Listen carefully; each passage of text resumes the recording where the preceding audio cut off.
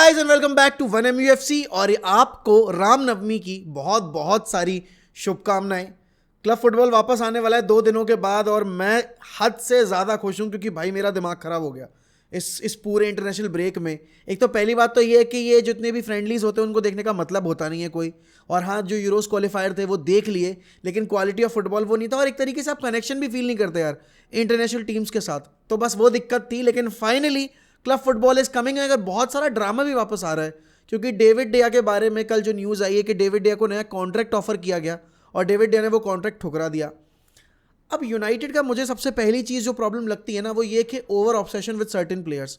And I love David De Gea. It's not like कि भाई मैं डेविड डेया को क्लब से जाते देखना चाहता हूँ, मैं नहीं जाते देखना चाहता, बिकॉज जितना स्ट्रगल डेविड डेया ने यूनाइटेड के साथ रहकर किया है कोई और कीपर या कोई और प्लेयर इतने दिन नहीं टिकता।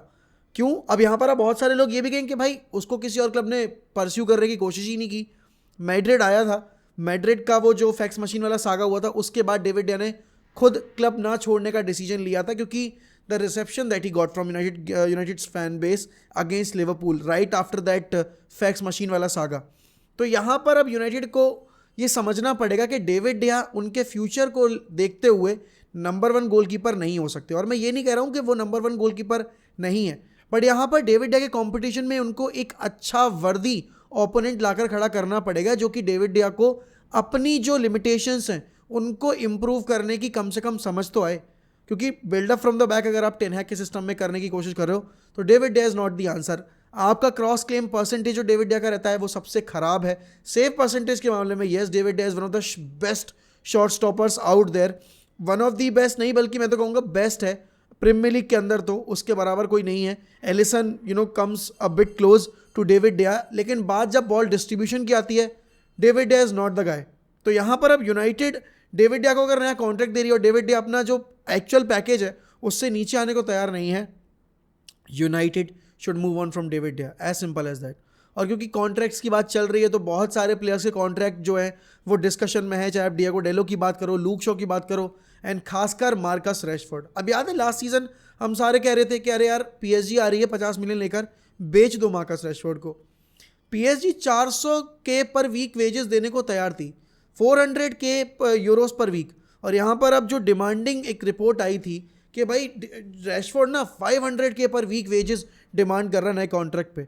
तो उसको कल खुद मार्कस रैशफोर्ड ने ट्वीट करके एंड अपनी इंस्टा स्टोरी पे पोस्ट डाल के वो क्लियर कर दिया कि ये सारी जो एक फॉल्स न्यूज़ रन करने की कोशिश की जा रही है ना, ये क्लब और उसका जो फोकस है अभी रिमेनिंग ऑफ द सीजन पे उसको ख़राब करने की कोशिश है।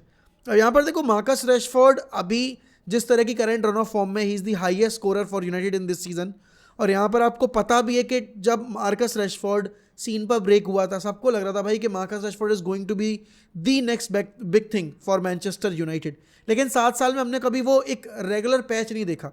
इस साल होप सी दिख रही है कि यार रैशफोर्ड अच्छा कर रहा है, first half of the season में भी अच्छा किया, second half of the season में भी अच्छा कर रहा है, हम ऑलरेडी एक ट्रॉफी जीत चुके हैं। तो डेफिनेटली यूनाइटेड्स के जो ऑफिशियल्स हैं वो रोकना चाहते हैं। और टेन हैग ने अपनी पहली प्रेस कॉन्फ्रेंस में ही बोला था कि I would want Marcus Rashford to extend his career at United and he can be the main man at United.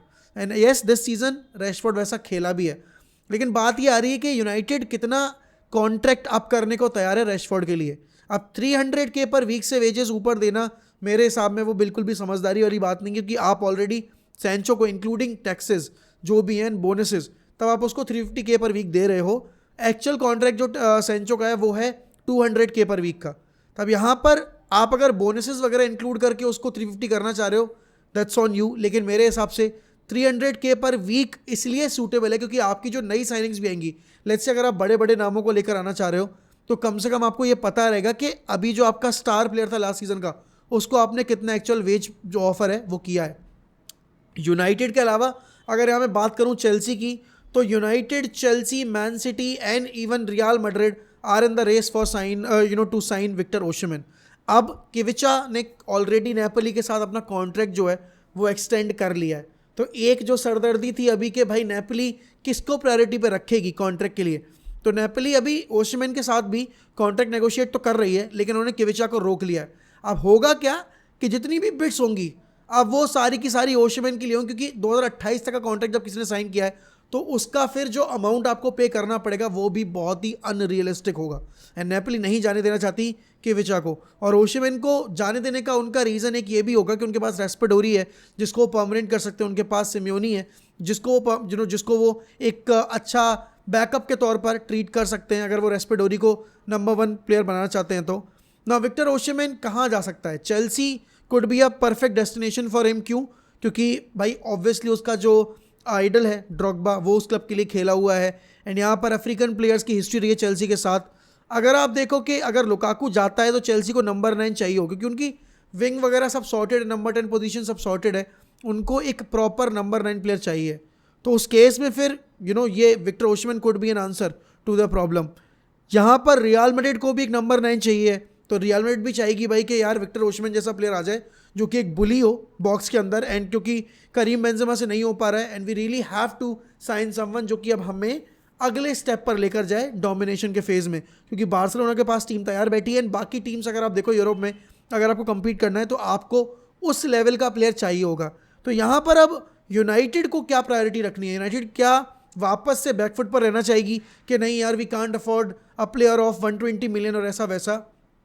I think अगर आपको एक एग्जाम्पल सेट करना है, ठीक है, आपके पुराने जो कुछ साइनिंग्स रही हैं, जैसे कि आपने लुकाकू को साइन किया, जैसे आपने मैग्वायर को साइन किया, पॉग्बा को साइन किया, काम नहीं किए, बट इसका मतलब ये नहीं कि आप डर के वजह से, इस डर की वजह से कि फेल ना हो जाए तो आप गैम्बल खेलोगे ही नहीं।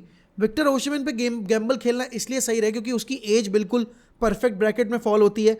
हैरी केन के मामले में 80 million 90 million 100 million doesn't make sense if Harry Kane is available for 60 million, go for him, but not more than that. तो यहाँ पर अब यूनाइटेड को प्रायोरिटी सेट करनी पड़ेगी। और अभी जैसे हम कॉन्ट्रैक्ट्स की बात कर ही रहे हैं तो एफसी बार्सिलोना भी अपने मैनेजर जावी को नया कॉन्ट्रैक्ट ऑफर कर रही है। और देखो जब लास्ट सीजन जावी को अपॉइंट किया गया था ना, देयर वर सर्टेन डाउट्स कि भाई क्या करेगा, पहली बिग जॉब है, अभी तक कतर में मैनेज कर रहा था और अब एकदम से बार्सिलोना, इतना बड़ा क्लब जो कि इतने बड़े टर्मोइल से गुजर रहा है और इतनी ज़्यादा उस पर फाइनेंशियल एलिगेशंस वगैरह जो हैं वो लगी हैं, रिस्ट्रिक्शंस लगे हुए हैं, तो कैसे जावी और लपोर्ता मिलकर रिवाइव कर पाएंगे बार्सिलोना को? लेकिन जावी ने इस साल अपने पहले ही सीज़न के अंदर डोमेस्टिक कॉम्पिटिशन्स में रूल किया है। ला लीगा ऑलरेडी वो जीत चुके हैं भाई, 12 पॉइंट की लीड है नई बॉटल करने वाले, तो ला लीगा में ऑलरेडी उनके पास स्ट्रॉन्ग होल्ड है। अगर आप बात करो यहाँ पर यूरोपियन कॉम्पिटिशन की तो हाँ, उसमें जावी को सीखना है, but at the same time यहाँ पर जावी एक लर्निंग कर्व में है, एंड उसको देखते हुए जिस तरह की परफॉर्मेंस उन्होंने डोमेस्टिकली डिलीवर की एक ऐसे सीज़न के बाद जहाँ पर मैड्रिड ने यूरोपियन डबल पूरा किया था, तो डेफिनेटली लपोर्ता उनको रीपे करना चाहते हैं अपने फेथ के साथ, और साइनिंग्स भी दी हैं और साइनिंग्स देने का अगले सीज़न में वादा भी है। मेस्सी वापस आ सकते हैं बार्सिलोना में, तो वो बहुत बड़ा एडवांटेज रहेगा जावी के लिए। लेकिन समझना ये है कि आखिरकार अब जो कॉन्ट्रैक्ट दिया जाएगा उसके बाद जावी के फ्यूचर को किस तरीके से ट्रीट किया जाएगा। क्या जावी के फेलियर्स को डाइजेस्ट करने की रहेगी क्षमता बार्सिलोना फैन बेस के अंदर? क्योंकि देखो एक चीज़ जो हमने इस सीज़न के अंदर भी देखी, जब शुरुआत में बार्सिलोना स्ट्रगल कर रही थी, जब वो चैंपियंस लीग से बाहर हो गए, तो most of the fans were calling for Xavi's head. तो क्या उस केस में लपोर्ता उतना बड़ा गैम्बल खेलने को तैयार है कि वो भले ही फैन बेस कितना भी अगेंस्ट खड़ा रहे, भले ही अगले सीज़न में जाके कितने भी फेलियर्स देखने को मिले, they will stick with Xavi? वो बहुत बड़ा सवाल होगा। एक जो मैनेजरियल पोस्ट के रिगार्डिंग अभी एक बहुत हवा सी पकड़ रही है ना कि भाई नागल्समैन कहाँ जाएगा। चेल्सी अगर ग्रैम पॉटर को सैक करती है तो क्या नागल्समैन आ सकता है? अब सिर्फ नागल्समैन नहीं ऑप्शन के तौर पर, इवन लुइस एनरिक ने भी ये चीज़ बोल दी है कि भाई मुझे यूरोप इंग्लिश में प्रीमियर लीग में मुझे क्लब मैनेज करना है। I would definitely want to manage a club in Premier League, और एक ऐसा क्लब भी मैनेज करना चाहूँगा मैं जिसका प्रोजेक्ट एक्साइटिंग हो और जहाँ पर मुझे कंट्रोल मिले उस टीम को हैंडल करने का, ट्रांसफर वगैरह हैंडल करने का। तो डेफिनेटली चेल्सी को वन ऑफ दोज क्लब्स जहाँ पर लुइस एनरिक को अपॉइंटमेंट दी जा सकती है, एक पावर दी जा सकती है, एंड जिसके बाद आप देख सकते हो कि भाई चेल्सी जो अभी एक रीबिल्डिंग फेज में है, लेकिन उन्हें समझ में नहीं आ रहा कि वो किस डायरेक्शन में मूव कर रहे हैं, किस स्पेस पे मूव कर रहे हैं। वो शायद आपके लुइस एनरिक के अंडर एक आइडेंटिटी मिलेगी चेल्सी को, क्योंकि देखो Louis Anrich is a serial winner. आप बार्सिलोना का करियर देख लो, इवन स्पेन के लिए ठीक है वो जीता नहीं है, लेकिन अगर आप यूरो का कैंपेन देखो तो और क्वालिफायर्स देखो आप 2018 के वर्ल्ड कप के टाइम के, his team was absolutely ruthless.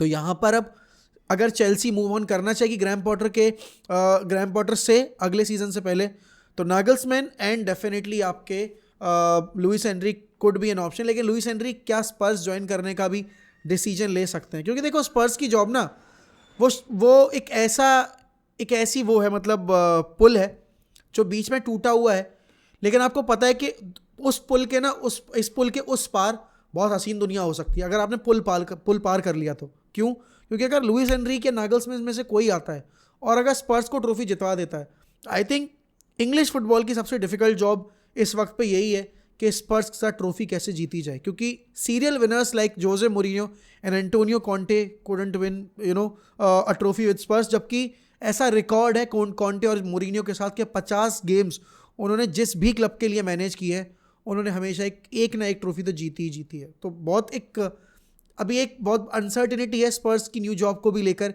कि कौन बनेगा अगला मैनेजर। लेकिन आप लोग बताइए भाई कि आप लुइस एनरिक को और नागल्समैन को किस जॉब में देखना चाहते हैं।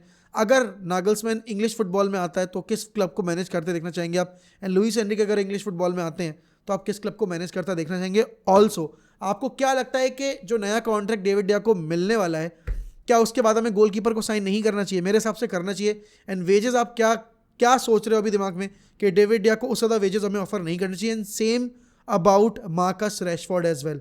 एंड विक्टर ओसिमेन पे आपका क्या ओपिनियन है कि क्या यूनाइटेड या मैड्रिड या चेल्सी में से कोई क्लब लेकर आ पाएगा विक्टर ओसिमेन को या नहीं? क्योंकि यूसीएल अगर जीतती है तो एक अच्छा चांस होगा नेपोली के पास ओसिमेन को रोकने का, क्योंकि आप फिर ये एक ऑफर प्रेजेंट कर सकते हो, एक्चुअली आप एक ड्रीम प्रेजेंट कर सकते हो कि भाई आप ना मैराडोना के बराबर बैठ सकते हो नेपोली की हिस्ट्री में अगर आप रुक जाओगे तो, क्योंकि आपके साथ हम स्कूडेटो तो जीत ही रहे हैं, लेकिन हम आपके साथ अगर यूसीएल भी जीतते हैं तो भाई आप अमर हो जाओगे हमारी नेपोली की हिस्ट्री में। तो बताइए कमेंट सेक्शन में। And if you are new to this channel, kindly subscribe to 1MUFC।